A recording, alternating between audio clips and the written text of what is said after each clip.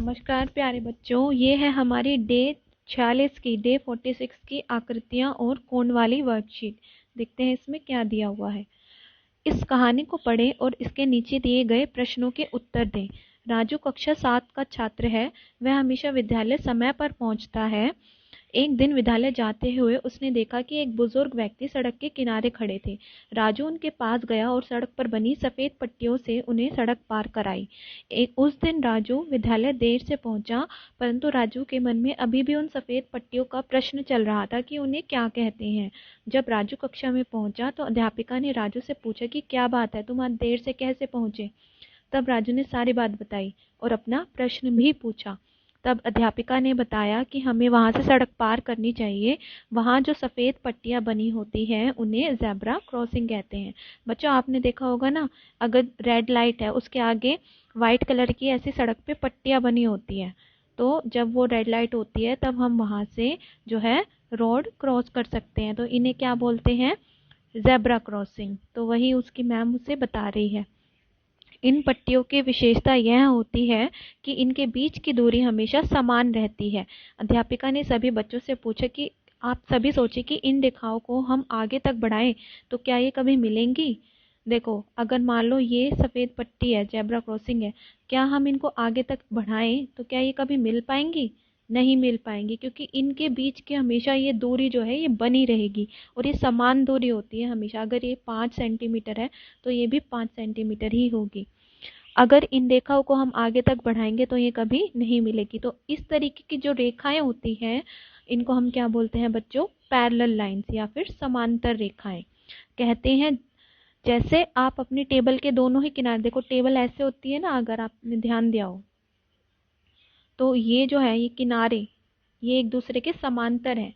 ये जो दोनों लाइन है ये भी समांतर है। अगर हम इनको आगे तक बढ़ाएं तो भी ये कभी एक दूसरे को नहीं मिलेंगी।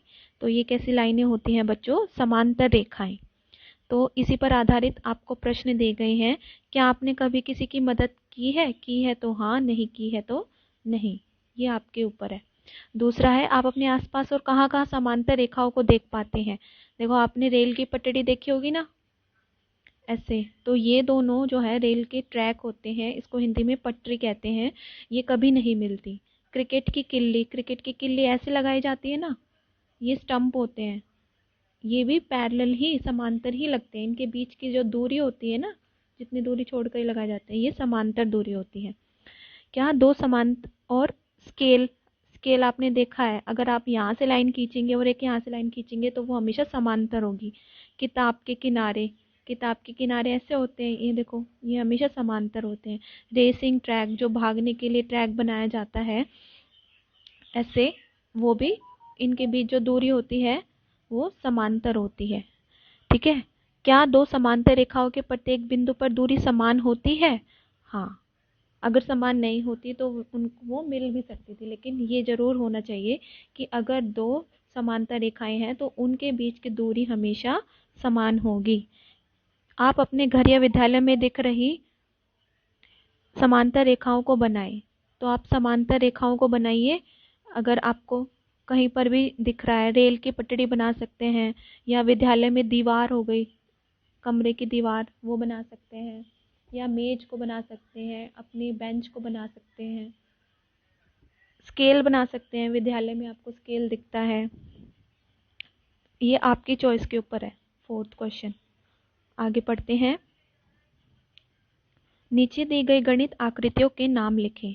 देखो, ये तो हम पिछली वर्कशीट में भी पढ़ के आए हैं। ये क्या है बच्चों? आयत, जिसकी आमने सामने की भुजाएं बराबर होती हैं और इनके जो ये कोण होते हैं यहाँ पर 90 डिग्री का कोण होते हैं।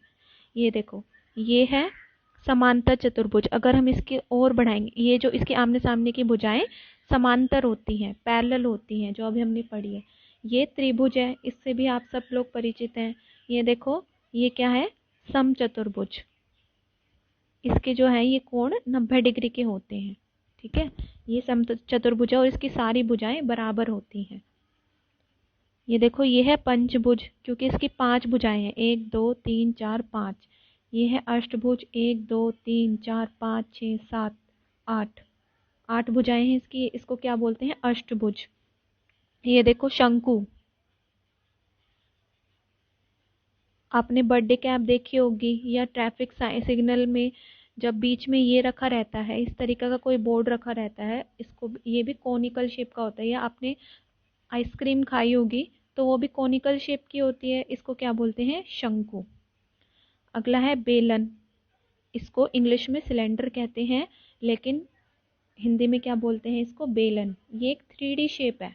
3D शेप कैसे है? अगर मान लो एक हम कागज का रेक्टेंगल को बना के मोड़ दें तो वो क्या शेप हो जाएगी? बेलन की शेप हो जाएगी, फिर हम उसको रेक्टेंगल नहीं कह सकते।